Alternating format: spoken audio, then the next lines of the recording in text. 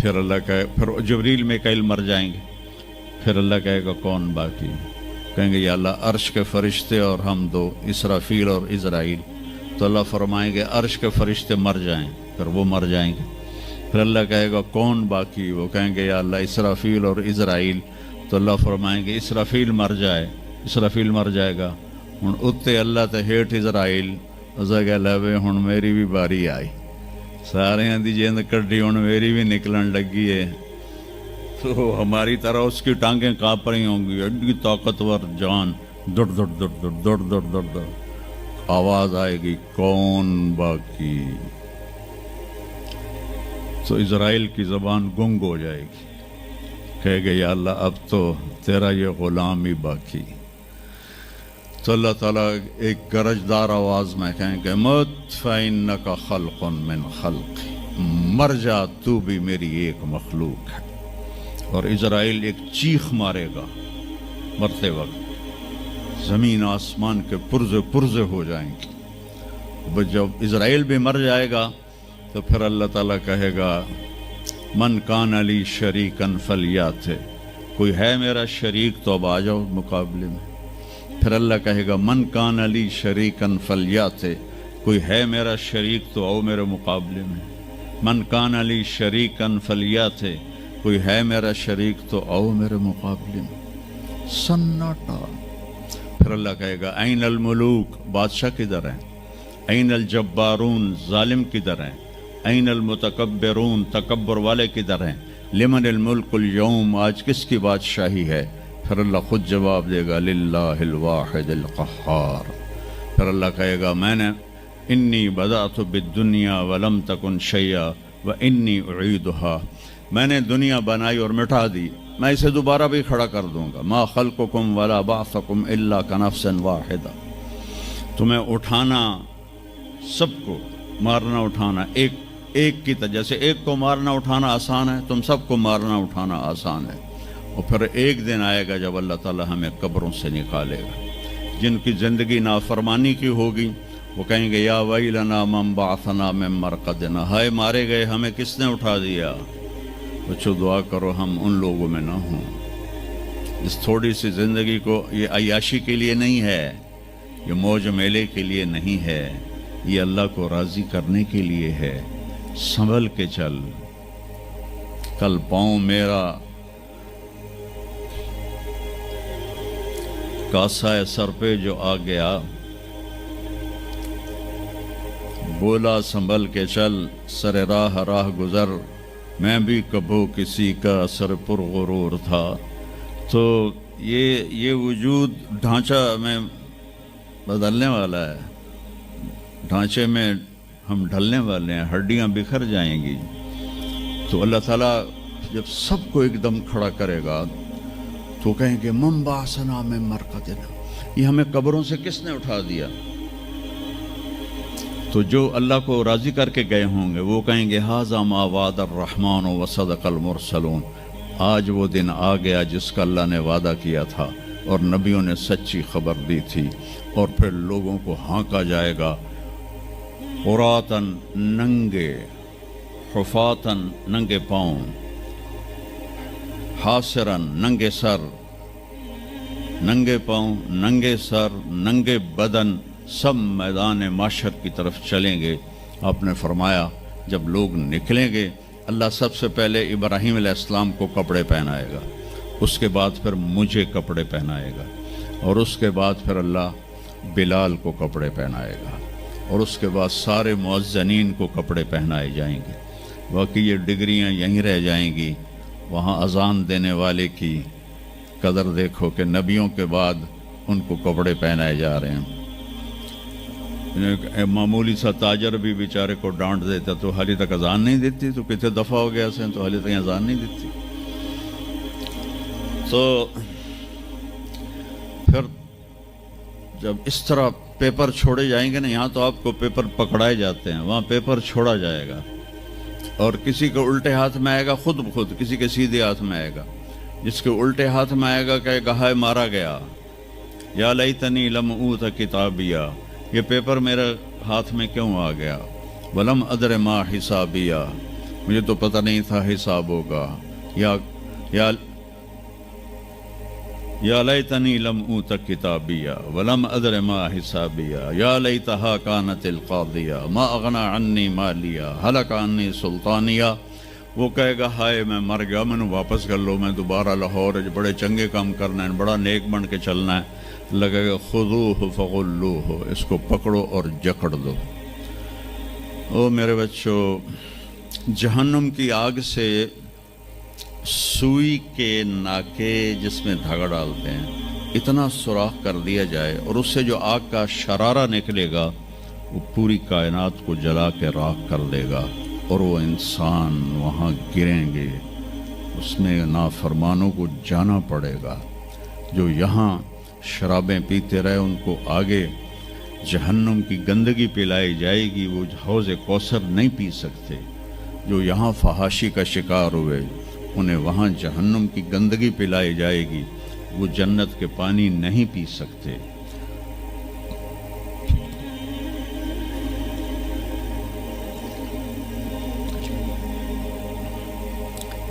وہ جس کے سیدھے ہاتھ میں آئے گا کہے گا ہو اقرؤ کتابیہ, وہ نعرہ لگائے گا, او میں پاس ہو گیا, او میرا پیپر ویکھو. ہم جو سینٹرل ماڈل سکول بہت ٹاپ کا سکول تھا 60s میں. 3 سکول بڑے تھے, ایک ایچسن, ایک سینٹ اینتھنی اور ایک سینٹرل ماڈل. میں نے سینٹرل ماڈل میں پڑھا. تو ہاسٹل میں سارے تقریباً ہم زمینداروں کے لڑکے تھے. تو جو کچھ تھوڑے تھے جابین والدین کے لڑکے وہ تو پڑھتے تھے شوق سے, اور جو ہم تھے ہمیں وہ زمین کا خمار ہوتا تھا, ہم پڑھتے نہیں تھے, وہ نقل مار کے پاس ہو جاتے تھے. تو وہ مجھے ایک عبد الواحد میرا روم میٹ تھا, اس کا نقشہ مجھے یاد آ رہا ہے اس آیت کے پیچھے. تو وہ بالکل ماشاءاللہ ہمیشہ ہی نیچے سے ہی فرسٹ آیا کرتا تھا. وہ تو وہ میں اپنے کمرے میں بیٹھا تھا تو اس کے ہاتھ میں ایسے پیپر, وہ دیکھو میں پاس ہو گیا جی, او میں پاس ہو گیا جی, او میں پاس ہو گیا جی, اے دیکھو. تو مجھے اب وہ عبد الواحد یاد آتا ہے کہ اللہ کی قسم یہی منظر ہوگا جب سیدھے ہاتھ میں آئے گا نا پیپر, تو چاہے مرد عورت کہیں گے او دیکھو میں پاس ہو گیا, او دیکھو میں پاس ہو گیا, او دیکھو میں پاس ہو گیا. تو وہ کہیں گے تو پاس کیسے ہوا؟ وَكَإِنِّي ظَنَنْتُ أَنِّي مُلَاقٍ حِسَابِيَّ, مجھے پتا تھا میرا حساب ہونا ہے تو میں تیاری کرتا رہا, نمازیں پڑھی, سچ بول. آخرت کی تیاری کوئی مشکل ہے؟ اللہ کو ایک مانو, اس کا کوئی شریک نہیں ہے, لا الہ الا اللہ. محمد مصطفیٰ کو اس کا رسول مانو, آخری رسول ہیں, ان کے بعد رسول کوئی نہیں. پھر 5 نمازیں ہیں, کون سی مشکل ہیں؟ پہلی قوموں پہ 2 نمازیں فرض تھی, ہمارے اوپر 5 نمازیں فرض ہیں. اور سفر میں آدھی ہو جاتی ہے. رمضان کے 1 مہینے کے روزے ہیں, زکوٰۃ 2 منٹ کا کام ہے, حج 5 دن کا کام ہے. یہ تو عبادت کا ڈھانچہ ہے.